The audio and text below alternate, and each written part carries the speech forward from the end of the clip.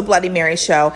I was in the Hmart this afternoon with my kids. It's like an international grocery store here in Maryland.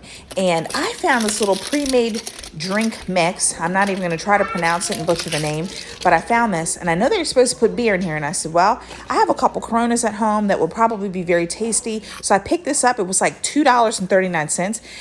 I could see that the spice was on the outside, and then I shook it. And as you could see, there's a little spice packet inside, which I thought maybe there was something in there, but I just wasn't sure. So here are the nutritional facts. Same old. Pretty much the same as the mix, but it comes in a powdered form.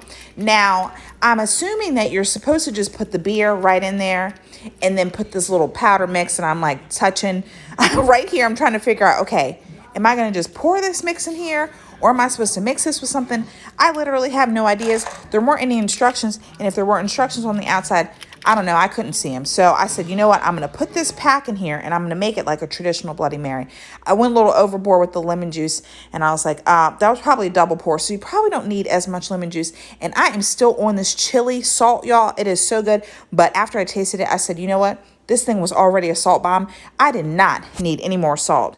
So here I am thinking, oh man, I really wish I had some jalapeno infused vodka, but I'm going to just go in and finish this Belvedere bottle up that I've been nursing for a couple weeks.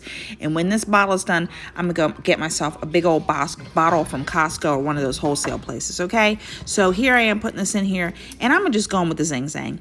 It's a new bottle. I'm going to have to shake it up, get all those seasonings mixed up in there, and I'm going to just pour this in there. And I almost poured it too much to the top, and I didn't leave enough room for the ice, because you're going to see I'm going to go in with the ice, and then I'm going to try to mix it, and I can't mix it.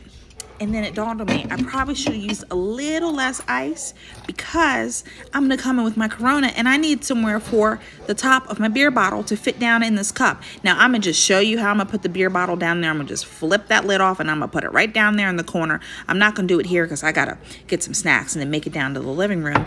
But that is this drink, guys. That's it. It's very easy peasy. Thank you for joining me again. If you've ever made this spicy, delicious drink, let me know, and maybe give me some tips on how I can make this even better. Until next time.